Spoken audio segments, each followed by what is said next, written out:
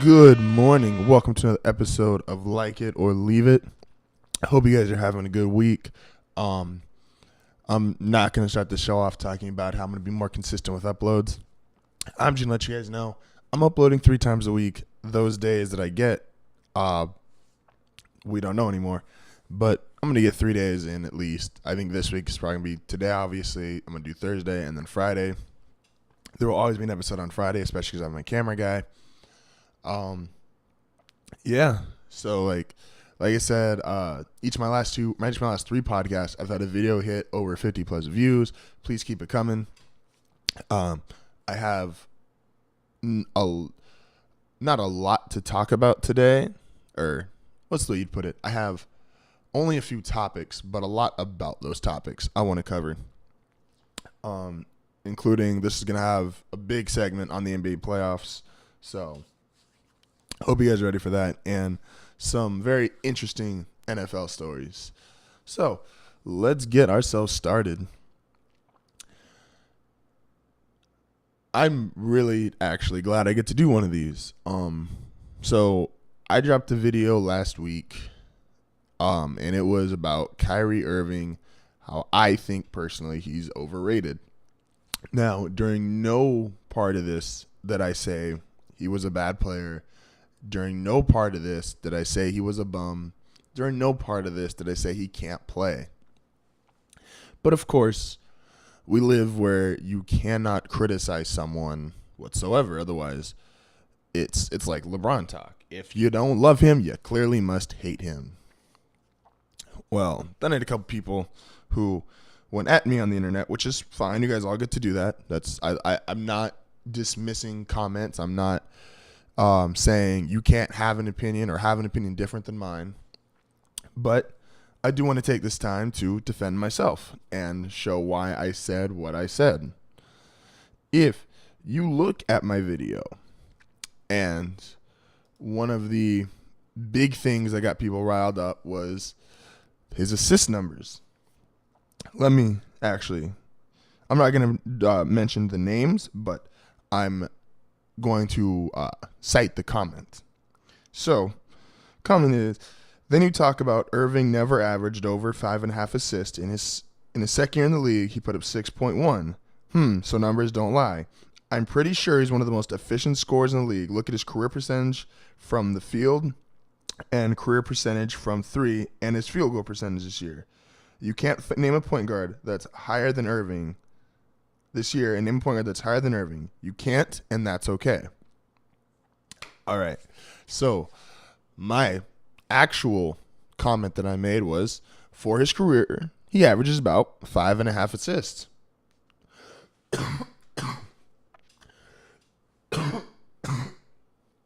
Excuse me. So, once again, about 5.5 assists. Let's look. Rookie year, 5.4. It's about 5.5. He put up 5.9 in his second year, not 6.1. He put up 6.1 in his third year. Those are good. 5.2 the next year, 4.7, and now 5.8, which makes his career assist rate 5.6, which I think that's about 5.5. I apologize that if about in your language doesn't qualify for that 0.01, but that's about 5.5 if I had to say so myself. Kyrie Irving is clearly a top 5 point guard in the league. How many people in the league at the age of 25 who have accolades?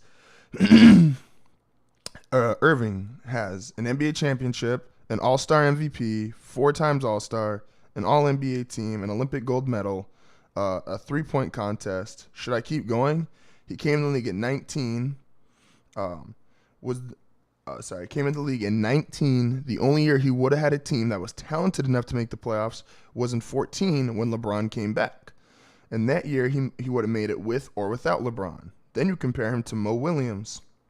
Irving, the same guy who dropped 57 on the Spurs at the age of 23. You real deal sound like a hater. I mean, you literally can't tell me one guy that's done what Kyrie has done by 24. All right, let's see here. So when Kyrie Irving had that NBA championship, who was the best player on the court? Oh, that's right, it was LeBron.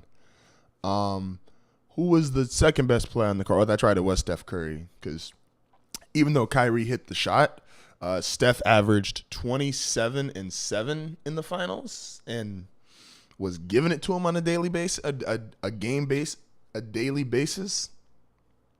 And the All-Star MVP, I don't care about that.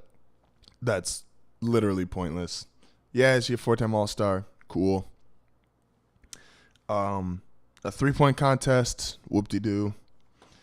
Let's see. 57 on the Spurs. Yeah, that's a good game. I will give him credit for that. But and the Olympic gold medal, was he the best player on the Olympic gold team? No, not even close. And you can't take the two best things you just said about him were the gold medals and the NBA championship, which he doesn't have either without other players, especially that one guy. I don't know. Y'all love to talk about him so much. He wears 23. Some call him the king. Yeah.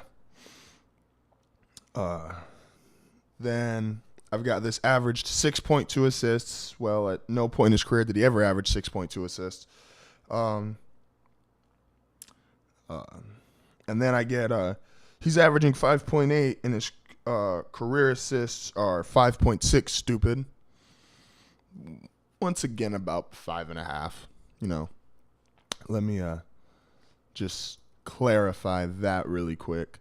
And my last thing I needed to clarify here is the percentage comment. So, look at his field goal percentage this year and name a point guard that's higher than Irving. You can't, and that's okay. So, Irving this year. I'm sorry. Also, he was talking about his percentage from early in his career too, and how he's one of the most effective scorers. I will give him credit. He is a good 3-point shooter, but a good 3-point shooter and a percentage 3-point shooter are two different things. Like from the 3 for his career, let's see. So 40% is where you set the line for being a really good 3-point shooter. Well, he didn't do that his first year. He didn't do that his second year. He didn't do that his third year. He did do it his fourth. Ooh, the year before that, he shot 32%. And he just got to 40 this year. Okay.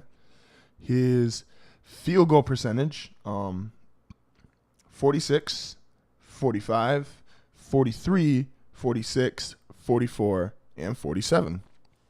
Okay, so all about mid-40s. Excuse me. Let me make a case for another guy who is clearly the best point guard in the league. One Mr. Chris Paul. And I will say this. Kyrie's a better 3-point shooter than Chris Paul. And that's fine. Not taking that away from him. 43, 47, 43, 43, 48, 50, 49, 47, 48, 48, 47, 48, 46, 47.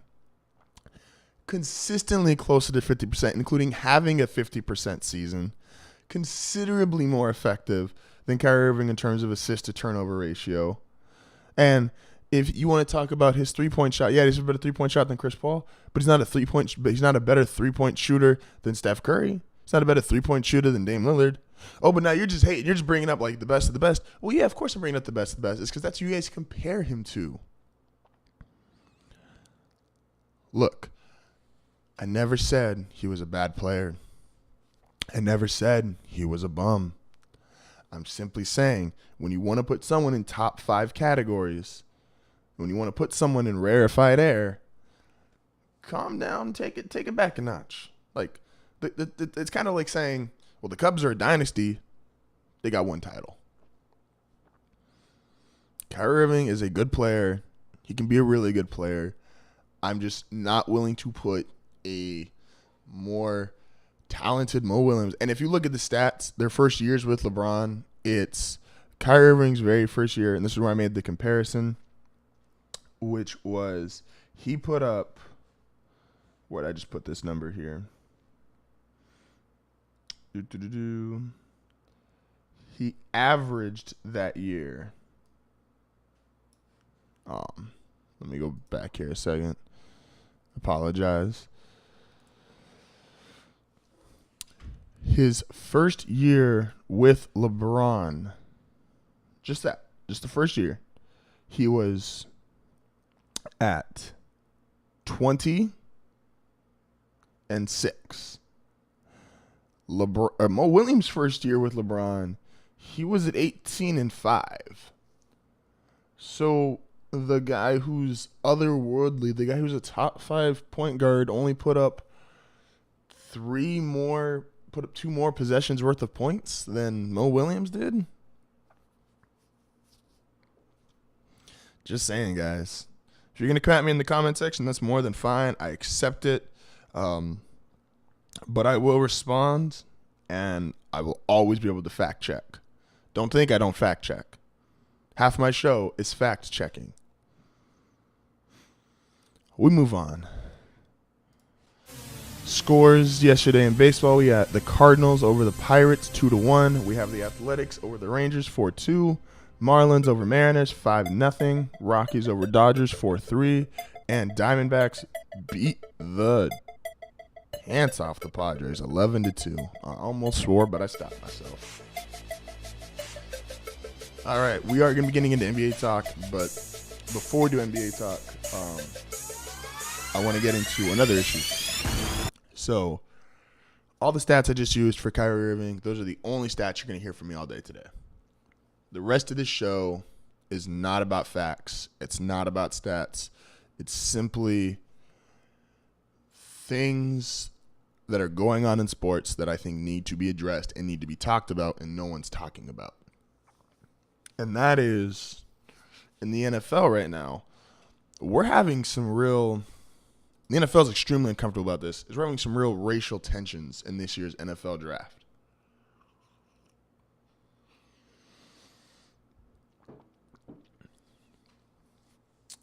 The NFL is dealing with something right now that it's never had to deal with, which is when it comes to their prospects, their best quarterback is black and their best running back is white. People are going to sit there and say, oh, no, Leonard Fournette's better than Christian McCaffrey. No, he's not. Not even kind of. Let's stop for a second. I'm gonna draw on some Dick Vitale. Let's stop for a second acting like some guy can sit there and star for 3 or 4 years out of college. And I mean star. Like McCaffrey was considered like he was a Heisman runner-up. Like, and then just because some guy has better measurables. Oh, because he's a little bit faster. He weighs 10 pounds more. His shuffle time or the cone time, whatever that drill's called, is a couple seconds faster than this guy. That makes him a better player. The product you put on the field means something, and it shows teams what you can do. Yes, do you have to adjust it for competition?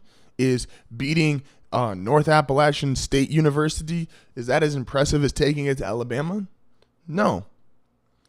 But your performance means something.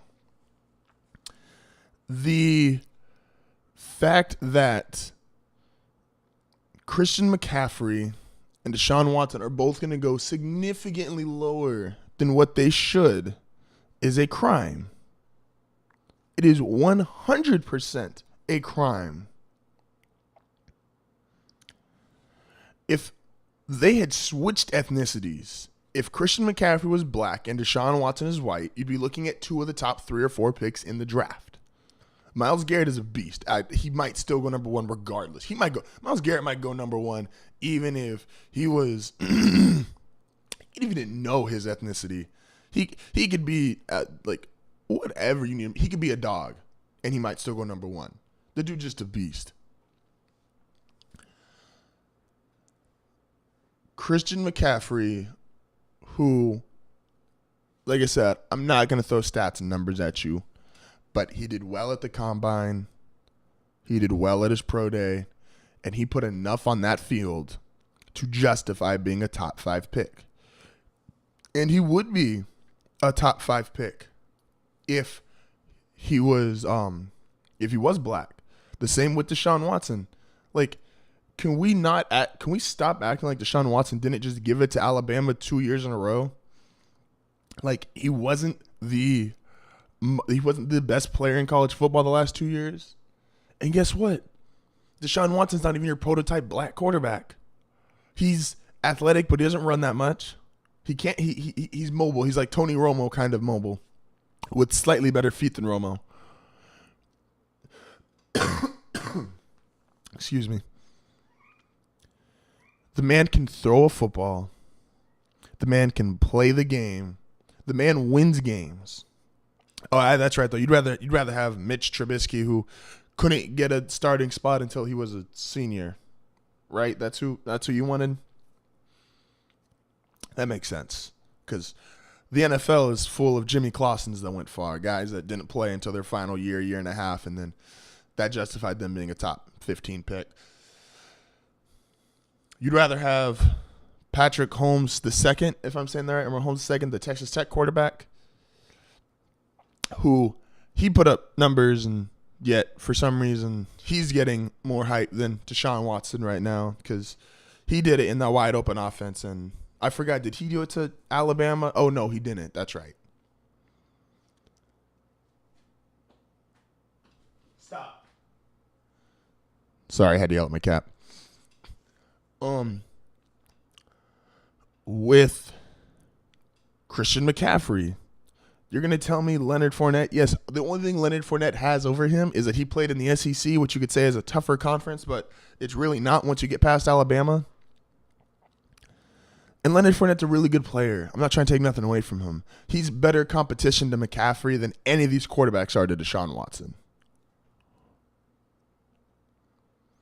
But the fact is, McCaffrey's still a better receiver. He is a better sideline-to-sideline runner. He can return kicks. He can return punts. You can put him out. You can put him out as a wide receiver, a slot receiver. Like, he has so much value and versatility than Leonard Fournette, who's really just a one-trick. I go downhill really fast. And honestly, if my O-line's not that great, he's probably more of a product of his O-line than anything.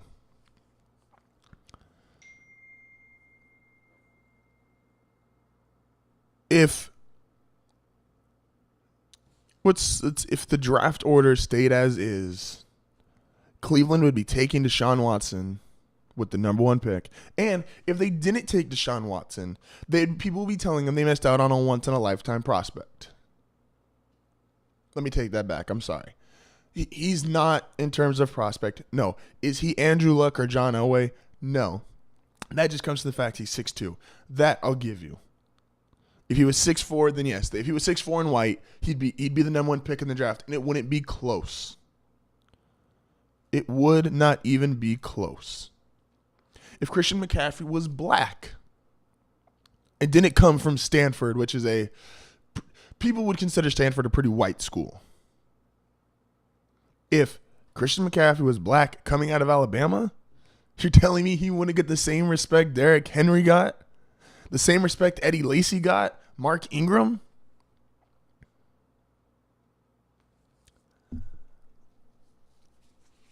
You need to stop looking at measurables and stop looking at race. If the guy can play, the guy can play. And they need to be drafted and get play time accordingly. This is my message to NFL teams. Those of you who want to racially overlook either Deshaun Watson or Christian McCaffrey are making a huge mistake. And quite honestly, if you overlook Deshaun Watson, I hope he comes and throws for 400 yards and 4 touchdowns on your team. I hope Christian McCaffrey has 300 all-purpose yards and scores 5 touchdowns. Because that's what you deserve if you're one to simply overlook. because that's just ignorance. My phone's going off here. I probably sound real professional.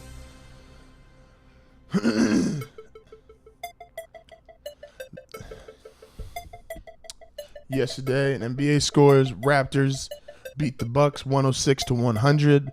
Bulls beat the Celtics, taking a 2-0 lead, 111-97 on them. And the Clippers tie up their series 99-91 on the Jazz. All right, so time for the part of the show I've been looking forward to the most.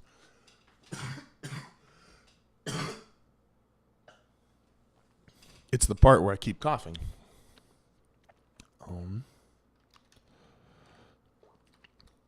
So everyone right now is currently in NBA mode, obviously, because it is the playoffs.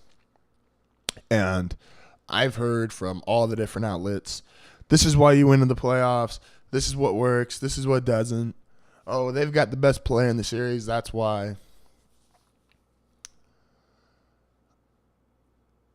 You know what works in real life? Just think about this for a second. When you're really confident about something, you tend to do pretty well. I'm really confident about my public speaking. I tend to do very well. I've got a friend who's very confident about his guitar playing. He plays guitar very well. I've got another friend who's not so confident about his guitar playing. He doesn't do too well. It's amazing what you do and how well you do it based on how confident you are about it. When you're really confident, can't nobody stop you. I love all these guys that talk about, oh, well, they've got the best player in the series and that's why they're going to win. Usually when you're the best, you're pretty confident about something. When I play basketball with the kids, I feel really confident. I do really well. If I had to play a one-on-one game with LeBron James, I'm going to be a little less confident because I know he's better than me. And a lot of these playoff series, if you watch them, you can tell who's confident and who's not. And I think that dictates the series far more than any stat, than any matchup, than any of that matters. I'm going to break down each series and I'll explain why. Look at the Warriors-Portland series. The Warriors up 1-0. Portland's confident, though. That's going to be a good series. Portland thinks, or at least Dame Lillard and CJ McCollum think they can take Golden State. They're not that much better than us. We can take them. We have two guards who could light it up for 30, 40 points and get some contributions elsewhere. And I do think it'd be a different series if Nurkic was playing. I hope I said that right. But Portland's a confident team. That's going to be a good series. That's going to be, even if the Warriors beat them in 4 or 5 games, those are going to be 4 or 5 really good games. The Clippers and Jazz tied 1-1. The Jazz, being the underdogs, they're confident. The Clippers don't scare them. They can go in and they can play the Clippers tough. And they're thinking, we're going back home. We got this. And at the same time, the Clippers, you see the way they played in Game 2 last night? Blake Griffin, DeAndre Jordan, they were confident. They said, we're too big. We're too strong. We're beating these guys, tying this series up. That's going to be a good series. They're confident. Houston and OKC, the series that everybody wants to go 7. I'm telling you guys right now, it's about to go 4. This is a sweep.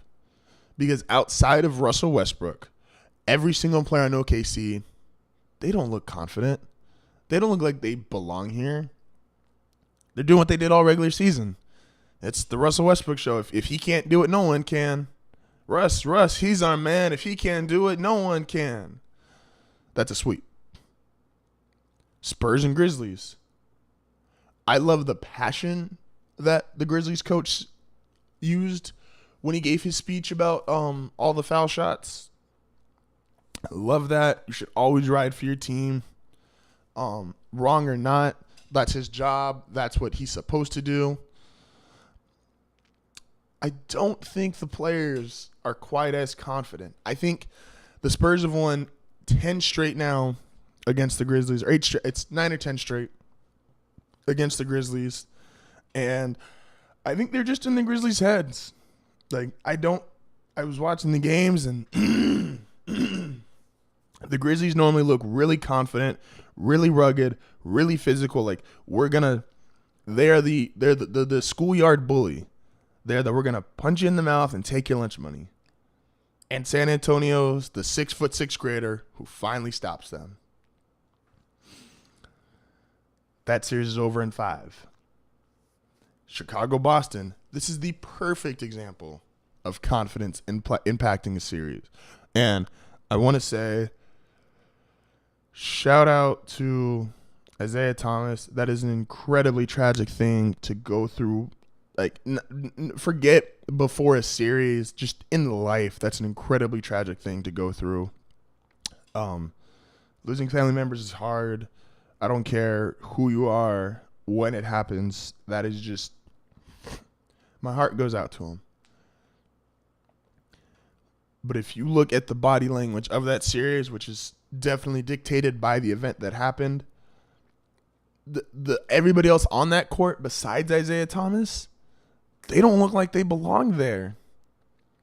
Chicago, D-Wade, Jimmy Butler, Rondo, even Robin Lopez, they're taking Memphis's job. They're being the schoolyard bully. They're punching Boston right in the face, and Boston doesn't know how to get up from it. Boston doesn't look like they can score. I saw a possession yesterday. Al Horford's got the ball mid-post or at the elbow, and he takes one look at the basket and then immediately turns around and is looking to hand the ball off to someone. Dude, you're an all-star. A former all-star, but still an all-star player. You got to take that to the rim. You got to get 2 points for your team. That's why you're there. You're not there just to hand the ball off to Isaiah Thomas or hand the ball off to Marcus Smart or give it up to someone. There's no confidence on that team. They don't look like they can score. They don't look like they belong there. Yet D-Wade and Jimmy Butler and Rondo, they're getting more confident the more it goes on. That series is over in 5. Washington, Atlanta. I think Atlanta started really confident in that game. Then they saw John Wall as one hell of a player. I saw a team that looked like they really wanted to take it to Washington in the first 2 quarters. And I mean, the third came on and they saw John Wall and said, that is one bad man. And you saw Atlanta's hopes just get crushed. When you see a great player, Kobe was always the best at this to me, which was Kobe, you would think you could beat the Lakers, and then Kobe would do a couple like inhuman things with the basketball, and you just be like, bro, we can't stop that. It's over. And I think that's what John Wall did to the Hawks. That series is over in 5. Toronto, Milwaukee. Giannis Antetokounmpo. Bro, everybody, we better get ready because that is a bad man.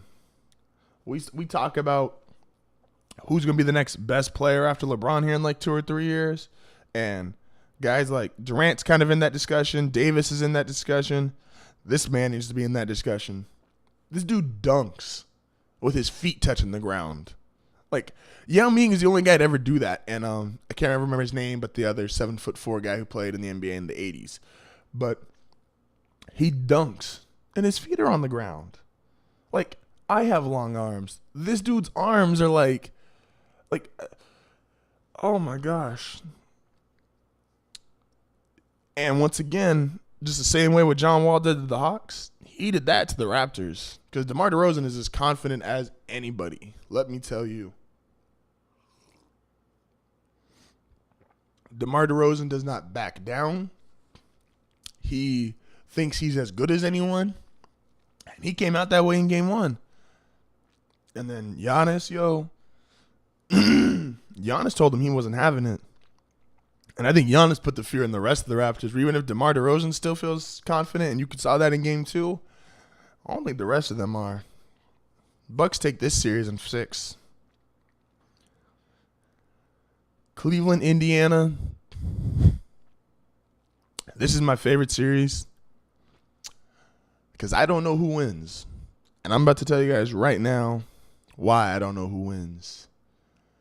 Paul George isn't scared of nobody.